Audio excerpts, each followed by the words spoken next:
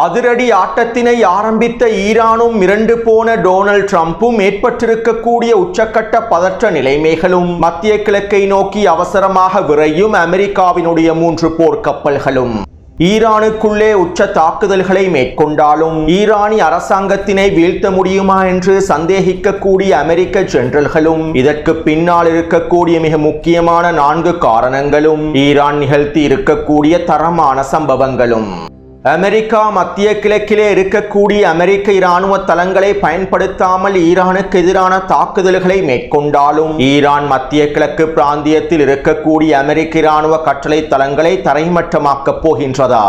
இவை தொடர்பாக ஈரானிய தலைமைகள் கத்தாருக்கு அனுப்பியிருக்கக்கூடிய செய்தி என்ன?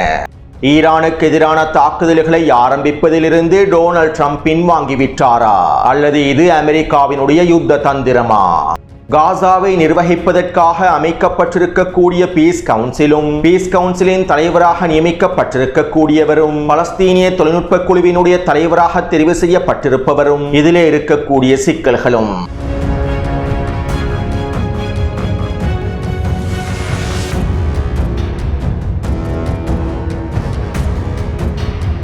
காசாவிலும் வெஸ்ட் பேங்க் பிரதேசத்திலும் கத்தாரிலும் நடைபெறுவதற்கு திட்டமிடப்பட்டிருந்த ஹமாஸின் தேர்தல்கள் தொடர்பாகவும் இந்த தேர்தலிலே இருக்கக்கூடிய சிக்கல்கள் தொடர்பாகவும் கடந்த வாரம் வெளியிட்டிருக்கக்கூடிய காணொளிகளில் தெளிவாக குறிப்பிட்டிருந்தேன். மேலும் தற்போது அரசியல் தலைவரை தெரிவு செய்யக்கூடிய குறித்த தேர்தலை ஹமாஸ் தரப்பினர் ஒத்திவைத்திருப்பதாகவும் தகவல்கள் வெளியாகியுள்ளன.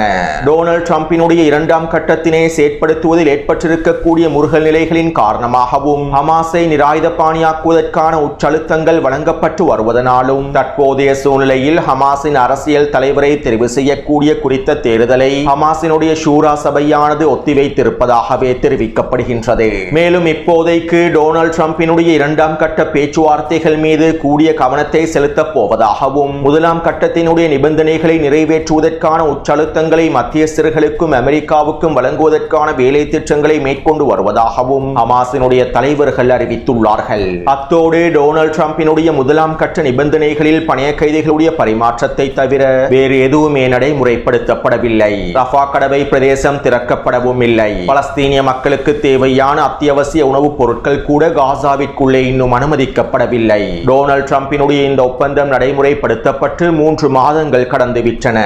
தற்போது டொனால்ட் ட்ரம்பினுடைய ஒப்பந்தத்தில் இருக்கக்கூடிய இந்த நிபந்தனைகளை அடிமை மத்தியஸ்தர்களே மறந்திருப்பார்கள். எனவே இப்படியான நிலைமையில் டொனால்ட் ட்ரம்பினுடைய 1ஆம் கட்ட நிபந்தனைகள் அனைத்தையும் நடைமுறைப்படுத்தியதற்கு பின்பே 2ஆம் கட்டத்தினை ஆரம்பிக்க வேண்டும் என்றும் ஹமாஸினுடைய தலைவர்கள் அடிமை மத்தியஸ்தர்களுக்கும் அமெரிக்காவுக்கும் உச்சழுத்தங்களை வழங்கி வருகின்றார்கள்.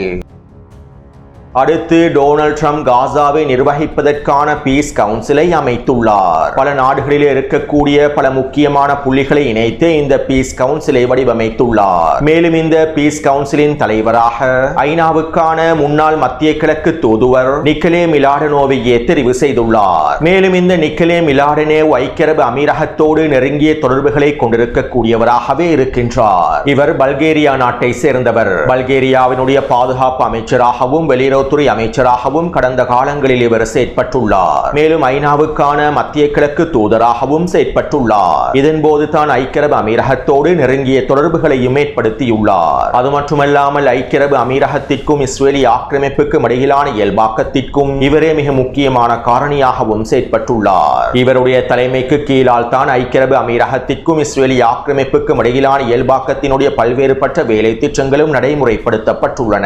மேலும் இவர் ஐக்கிய அரபு அமீரக தோடு ஒன்றிணைந்து பல ரியல் எஸ்டேட் வியாபாரங்களையும் மேற்கொள்கின்றார். அது மட்டுமல்லாமல் தற்போது அபுதாபியிலே இருக்கக்கூடிய அன்வர் கர்காஷ் டிப்ளமேட்டிக் அகாடமியினுடைய இயக்குநராகவும் செயற்படுகின்றார். அத்தோடு இங்கிருக்கக்கூடிய இன்னும் ஒரு மிக முக்கியமான விடயம் என்னவென்றால் இவரை காசாவுக்கான பீஸ் கவுன்சிலின் தலைவராக தெரிவு செய்ய வேண்டும் என நெட்டன்யாஹு தான் டொனால்ட் ட்ரம்பிடம் கோரிக்கைகளையும் முன்வைத்துள்ளார். எனவே நெட்டன்யாஹுவின் வழிகாட்டுதலுக்கு அமைவாகவே டொனால்ட் ட்ரம்ப் இவரை பீஸ் கவுன்சிலின் தலைவராகவும் தெரிவு செய்துள்ளார். நெட்டன்யாஹு நெதன்யாஹுவின் நெருங்கிய நண்பராக இருக்கக்கூடிய நிக்கோலோ அவர்களே காசாவை நிர்வகிக்கக்கூடிய பீஸ் கவுன்சிலின் தலைவராகவும் செயற்பட போகின்றார். அத்தோடு இந்த பீஸ் கவுன்சில் அமைப்புக்கு கீழாலேயே காசாவுக்கான பலஸ்தீனிய தொழில்நுட்ப குழு இயங்க போகின்றது. மேலும் இந்த பலஸ்தீனிய தொழில்நுட்ப குழுவில் 15 பேர் இருக்கின்றார்கள். அது மட்டுமல்லாமல் பலஸ்தீனிய தொழில்நுட்ப குழுவுக்கு யாரெல்லாம் தெரிவு செய்யப்பட வேண்டும் என்கின்ற பெயர் பட்டியலையும் ஹமாஸ் தரப்பினர் அடிமை மத்தியஸ்தர்களுக்கு வழங்கியிருந்தார்கள். மேலும் ஹமாஸ் தரப்பினர் வழங்கியிருக்கக்கூடிய பெயர் பட்டியலில் இருந்தும் 8க்கும் அதிகமானோர் குறித்த பலஸ்தீனிய தொழில்நுட்ப குழுவிலே இணைத்துக் கொள்ளப்பட்டிருப்பதாகவும் தெரிவிக்கப்படுகின்றது. அதே நேரம் ஹமாஸினால் வழங்கப்பட்ட பெயர் பட்டியலை நெதன்யாஹு முழுமையாக நிராகரித்திருப்பதாகவும் தகவல்கள் வெளியாகி இருந்தன. இதனால் பலஸ்தீனிய தொழில்நுட்ப குழுவை தெரிவு செய்வதில் சிக்கல்கள் ஏற்பட்டிருப்பதாகவும் செய்திகள் வெளியாகி இருந்தன. இருப்பினும் நேற்றிரவு எகிப்தினுடைய வெளியுறவுத்துறை அமைச்சர் இவ்வாறு தெரிவித்தார். நாங்கள் பலஸ்தீனிய தொழில்நுட்ப குழுவை வழிநடத்தக்கூடிய 15 பேரை தெரிவு செய்துவிட்டோம். அவர்களுடைய பெயர் பட்டியலை நாங்கள் விரைவில் வெளிப்படுத்துவோம் என எகிப்தினுடைய வெளியுறவுத்துறை அமைச்சர் தெரிவித்துள்ளார். அத்தோடு இந்த பலஸ்தீனிய தொழில்நுட்ப குழுவுக்கு ஒரு தலைவரையும் தெரிவு செய்துள்ளார்கள். துரோஹி அப்பாஸின் பலஸ்தீனிய அதிகார சபையின் முன்னாள் அமைச்சர்களில் ஒருவரான அலிசாத் என்பவரே இந்த பலஸ்தீனிய தொழில்நுட்ப குழுவுக்கு தலைவராக தெரிவு செய்யப்பட்டுள்ளார். இவர் காசாவினுடைய கான் யூனிஸ் பிரதேசத்திலேயே பிறந்துள்ளார். காசாவோடு நெருங்கிய தொடர்புகளையும் இவர் வைத்துள்ளார். மேலும் தற்போது வெஸ்ட் பேங்க் பிரதேசத்திலேயே வாழ்கின்றார். கடந்த காலங்களிலே துரோஹி அப்பாஸினுடைய பலஸ்தீனிய அதிகார சபையில் ஒரு மிக முக்கியமான அமைச்சராகவும் இவர் செயற்பட்டுள்ளார். அத்தோடு இவரை தலைவராக தெரிவு செய்திருப்பதற்கு ஹமாஸ் தரப்பினரும் சம்மதத்தினை வழங்கியுள்ளார்கள். ஆனால் அழுத்தங்களின் காரணமாக ஹமாஸ் தரப்பினர் இதற்கான சம்மதத்தினை வழங்கினார்களா அல்லது அலிசாத் ஹமாஸுக்கு ஆதரவாக செயற்படுவதற்கான சம்மதத்தினை வழங்கியதற்கு பின்பு இதற்கான சம்மதத்தினை ஹமாஸ் தரப்பினர் வழங்கினாரா என்பது தொடர்பாக இன்னும் சரியான தகவல்கள் வெளிப்படுத்தப்படவில்லை. சில ஆதாரங்களுக்கு அமைவாக ஹமாஸினுடைய தலைவர்கள் அலிசாதோடு சில ரகசிய பேச்சுவார்த்தைகளை மேற்கொண்டிருப்பதாகவும் தெரிவிக்கப்படுகின்றது. இருப்பினும் இவை தொடர்பான உறுதிப்படுத்தப்பட்ட தகவல்கள் இன்னும் வெளிப்படுத்தப்படவில்லை. காசாவின் பலஸ்தீனிய தொழில்நுட்ப குழுவுக்கு தலைவராக தெரிவு செய்யப்பட்டிருக்கக்கூடிய அலிசாத் துரோஹி அப்பாஸின் பலஸ்தீனிய அதிகார சபைக்கு ஆதரவாக செயற்படுவாரா அல்லது ஹமாஸுக்கு ஆதரவாக செயற்படுவாரா என்பது தொடர்பான தகவல்கள் கிடைக்கப்பெற்றதும் அவற்றை உங்களோடு பகிர்ந்து கொள்கின்றேன்.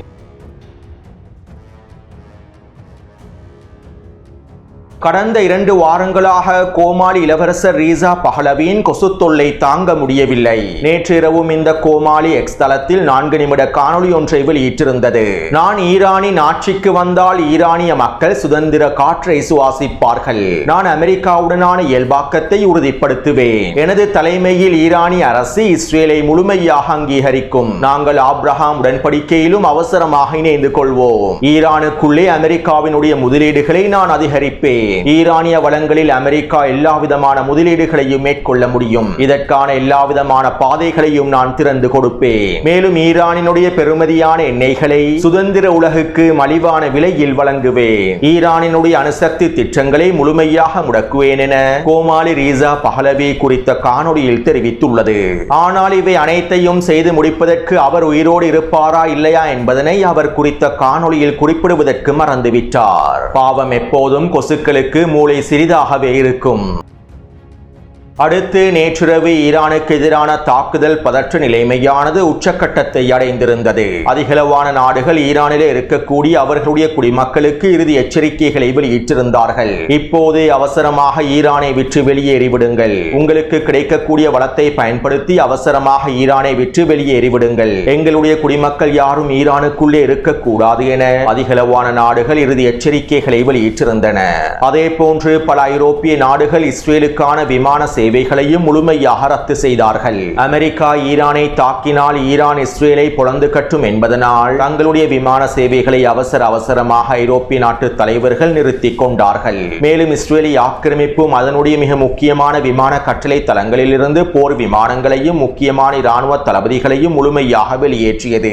அதிலும் குறிப்பாக ஈரானிய ஏவுகணைகளினால் பல தடவை சிதைக்கப்பட்டிருக்கக்கூடிய நெகவ் பிரதேசத்தில் இருக்கக்கூடிய நெவாட்டிம் விமான கட்டளை தளத்திலிருந்து அதிகளவான கனந்தவான போர் விமானங்களும் முக்கியமான தளபதிகளும் வெளியேற்றப்பட்டார்கள். அதே போன்று டிமோனா, டெல் அவீவ் மற்றும் இன்னும் ஏனைய பிரதேசங்களிலும் பதுங்கு குழிகளை இஸ்ரேலிய ஆக்கிரமிப்பு அவசரமாக திறந்தது. ஈரானிய ஏவுகணைகள் தலையில் வீழ்வதற்கு முன்பு பதுங்கு குழிகளை நோக்கி தப்பி ஓடுவதற்கு, தெரித்து ஓடுவதற்கு நிலத்திருடர்களும் தயாராகவே இருந்தார்கள். அதே போன்று கடந்த 2 வருடங்களுக்கு மேலாக அடிமேல் அடிவாங்கி பேப்பர் டோம்களாக மாற்றப்பட்டிருக்கக்கூடிய அயன்டோம் அமைப்புகளையும் இஸ்ரேலிய ஆக்கிரமிப்பு மத்திய மற்றும் வடக்கு பிரதேசங்களில் முழுமையாக களமிறக்கியது.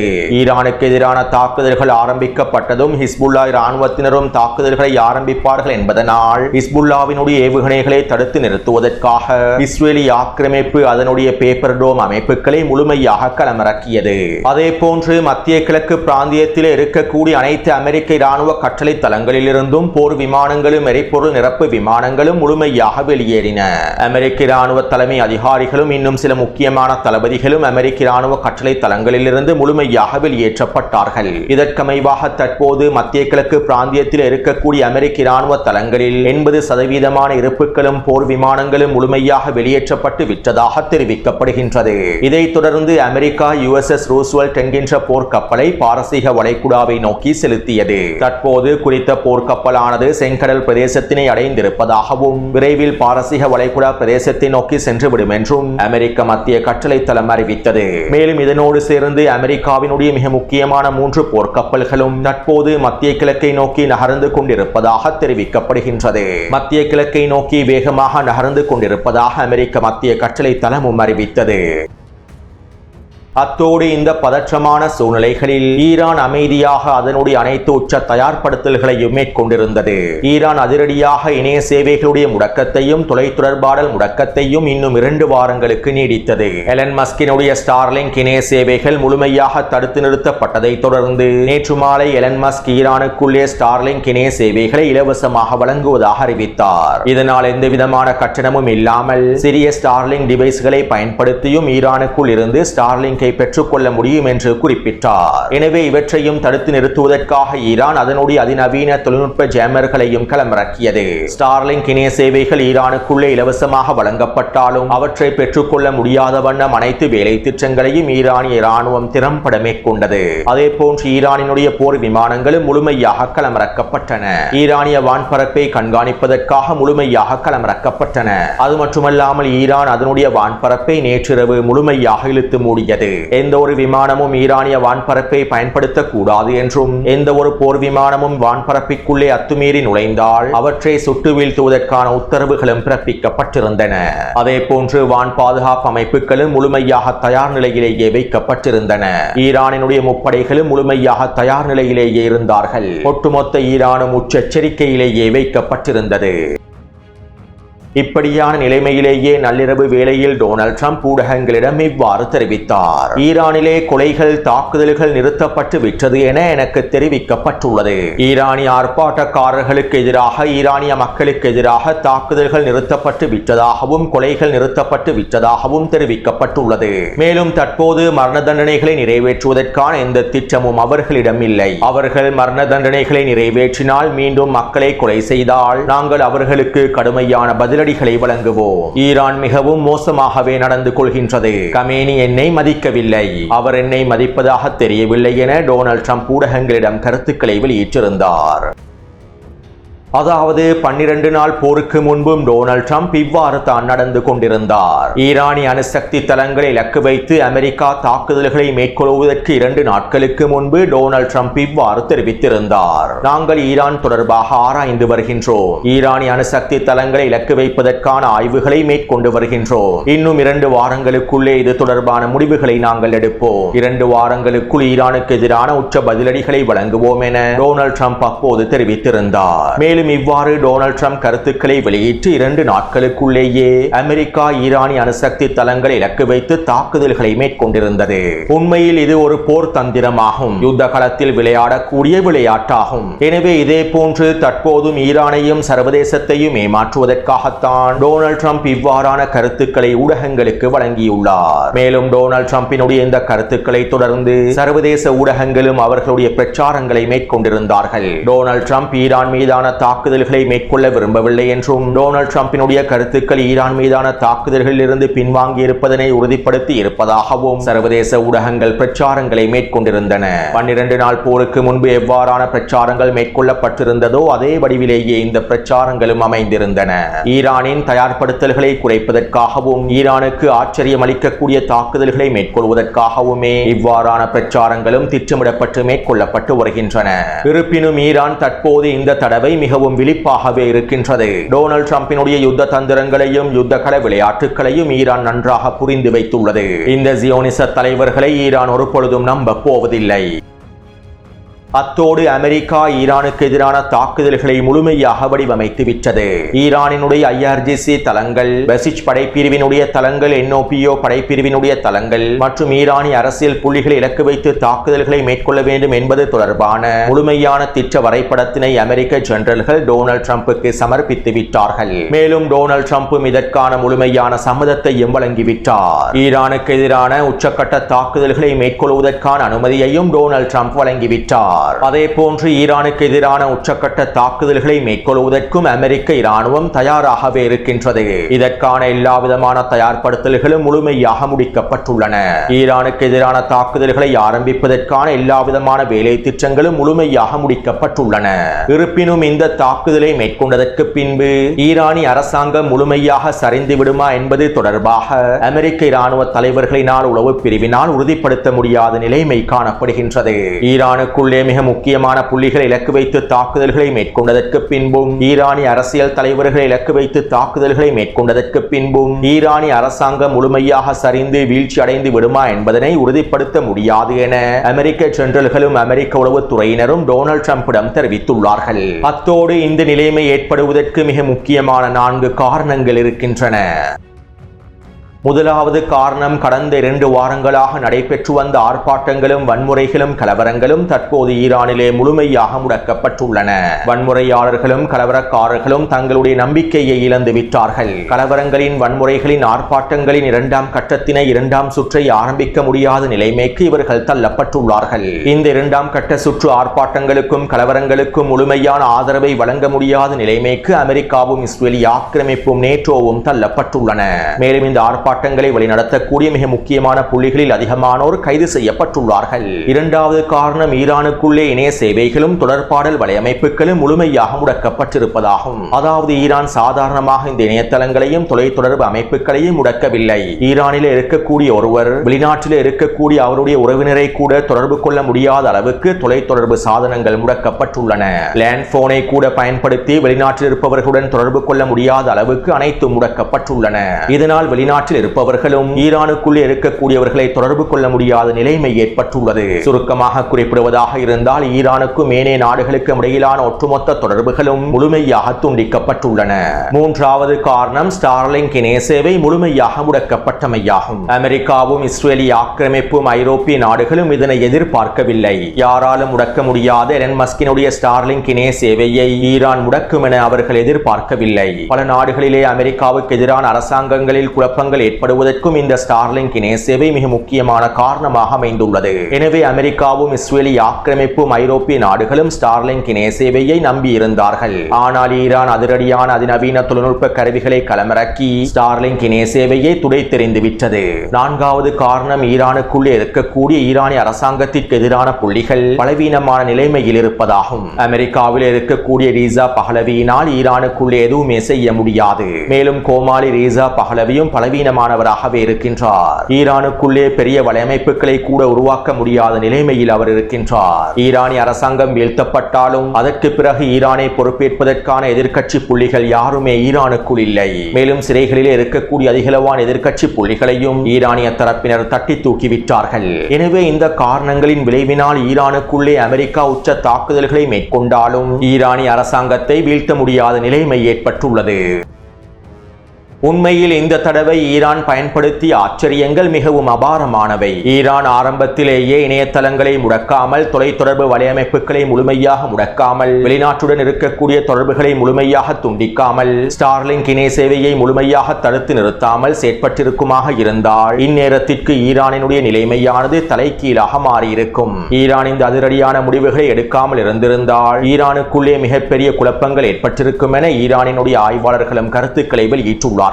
அதாவது இந்த நிலைமை ஏற்படும் என்பதனை ஈரானிய தலைமைகள் முன்கூட்டியே கணித்துள்ளார்கள். மேலும் இதற்கான எல்லாவிதமான அதிரடியான தயார்படுத்தல்களையும் திறம்பட மேற்கொண்டுள்ளார்கள். இதனாலேயே தற்போது டொனால்ட் ட்ரம்பும் அவருடைய நிர்வாகமும் அவருடைய இராணுவமும் ஈரானுக்குள்ளே எதுவும் செய்ய முடியாமல் சிக்கி தவிக்கின்றார்கள். ஈரானுக்குள்ளே வெறும் தாக்குதல்களை மேற்கொள்வதனால் எதுவுமே செய்ய முடியாது என்பதனையும் தற்போது அவர்கள் புரிந்து கொண்டுள்ளார்கள்.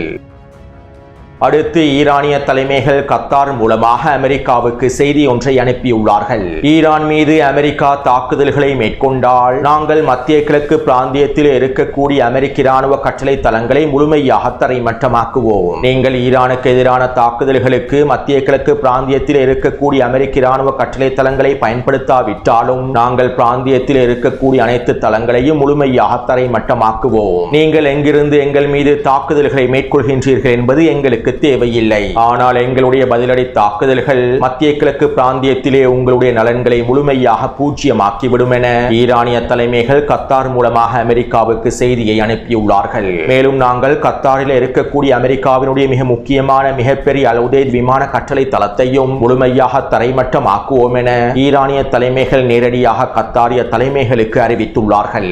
எனவே இதற்கு பிறகு ஈரானினுடைய ஆட்டம் வேறு விதமாகவே அமையப் போகின்றது. 12 நாள் போரின் போது ஈரான் மேற்கொண்ட ஆட்டத்தை போன்று தற்போதைய ஆட்டம் இருக்கப் போவதில்லை. இனி ஈரானினுடைய ஆட்டம் ஒட்டுமொத்த மேற்குலகையும் அதிர வைக்கும். மேலும் இதற்கான அனைத்து விதமான தயார்படுத்தல்களையும் ஈரானிய தரப்பினர் மேற்கொண்டுள்ளார்கள். எனவே இந்த காணொளி தொடர்பான கருத்துக்களை பதிவிடுங்கள். தொடர்ந்தும் என்னுடன் இணைந்திருங்கள். நன்றி, வணக்கம்.